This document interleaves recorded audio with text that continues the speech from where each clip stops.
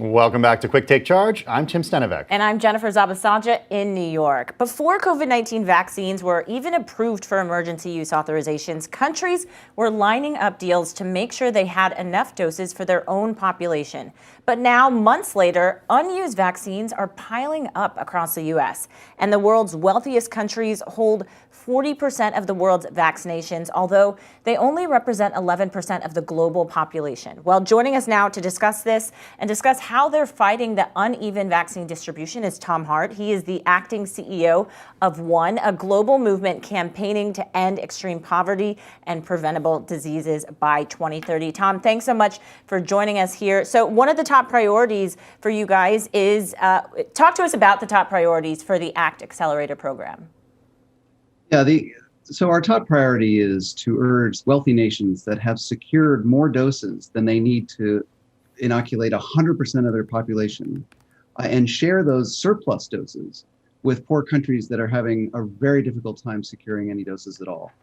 Right now, the United States, for example, has secured 500 million more doses than we need to vaccinate every man, woman, and child in the country. Now, that they aren't stockpiled now, but we have secured and legally binding agreements for that surplus.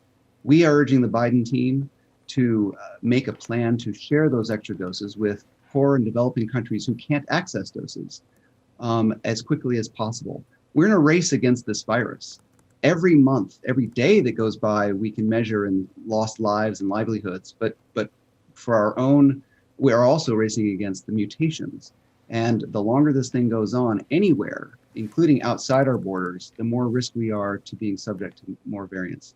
Yeah, it's something that the Prime Minister of Jamaica spoke to me about a few months ago. He did accuse wealthier nations of hoarding vaccine doses. And his country is part of the COVAX program, the global program that does aim to get vaccines to developing countries around the world. Look, urging developed economies to actually get these vaccines to developing economies is one thing, but how do they actually get it done? How do they actually do it? How do you do it?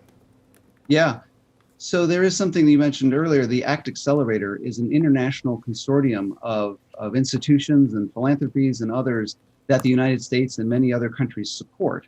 And they came together early in the pandemic to pool resources and to develop a strategy to get vaccines, diagnostics, therapeutics, and other assistance to the half of the planet that might get left behind in this pandemic.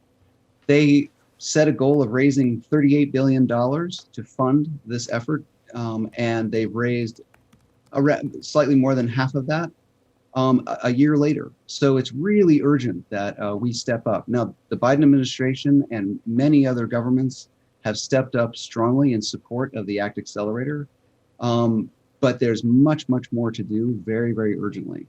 The other thing that we can do, as I mentioned, is to share those doses. Look, I don't blame rich countries from hedging their bets a year ago when we didn't know what vaccines would make it through the race or how quickly.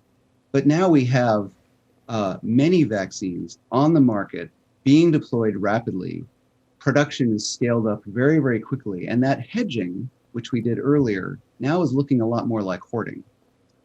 And Tom, you mentioned the Biden administration, and I saw there's a tweet that came out and you said that the framework that the Biden administration put out is a signal that America is back. Is there anyone specifically in the White House that you have been working with?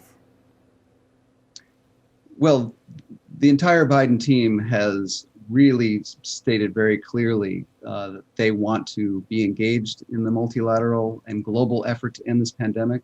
The president himself has said once we have clearly secured enough vaccines for everyone in the United States, he will seek to find ways to share those extra doses. We are urging him to act on that quickly and make those plans. And it's interesting, the logistics matter here. It depends what language you put on the labels of these vaccines, whether it's English or Swahili. It matters where you ship them. Those sorts of logistical delays could take weeks or months, and you can measure that in lives and livelihoods and potentially variants. So we're really urging all wealthy countries that have secured more doses to make those plans now. We have found a really receptive audience with the Biden team on a whole host of issues, and our urgently awaiting their views on dose sharing. What other governments have you been in touch with specifically? Who have you spoken to? Sure. The One Campaign works in Canada, the UK, France, Germany, and a number of countries in Africa as well. So we've spoken to all of these governments to encourage them to share surplus doses if they have them. We've encouraged them to support the ACT Accelerator so that fund can help with other countries and to have a global response to this global pandemic. And Tom, I mean, we mentioned in the intro, One has worked to eliminate some of the preventable diseases around the country or around the world for years. I wonder, what are some of the challenges that still exist in the work that you are doing in order to end some of these global pandemics and diseases that we see around the world? The COVID pandemic has set back efforts on global health across the board. It's been devastating. Just one example is the Global Fund to Fight AIDS to Beat Malaria estimates 500,000 more people died of HIV as a result of COVID. So, I mean, you can just imagine the stress on these very resource-poor health systems in poor countries. It really has strained them to be able to maintain programs for HIV, TB, malaria, routine childhood vaccination. So it's not only been a crisis on the direct health vulnerabilities with the pandemic, but its knock-on effects on other health programs and indeed other economic issues have been really, really difficult. How much has it set back what you have been trying to do for years at One? Like, give us some data here. Oh, we've lost probably several decades of progress Wow. against the fight against extreme poverty. Now, the question is resilience. The United States, other wealthy, rich countries have also been set back. This has been a deep economic recession. But the resilience that we have, we are already beginning to see the rebound.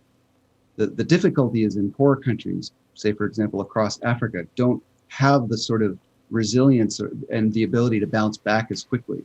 So it's really urgent that we not only deal with the health impacts of the pandemic, but we support and partner with poorer countries to help them bounce back economically as well.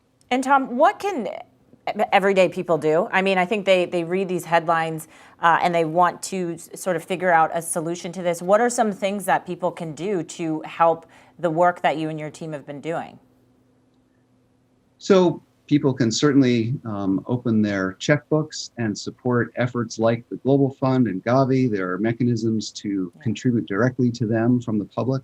You can join the One Campaign at one.org and become an advocate and talk to governments. As I mentioned before, we work with the Biden administration and major governments across the world so that they're doing the right thing to address the pandemic.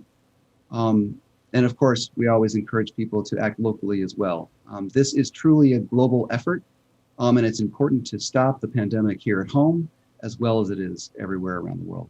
Absolutely. Acting CEO of One, Tom Hart, thanks so much for your time and for the work that you're doing. Don't forget to like and subscribe.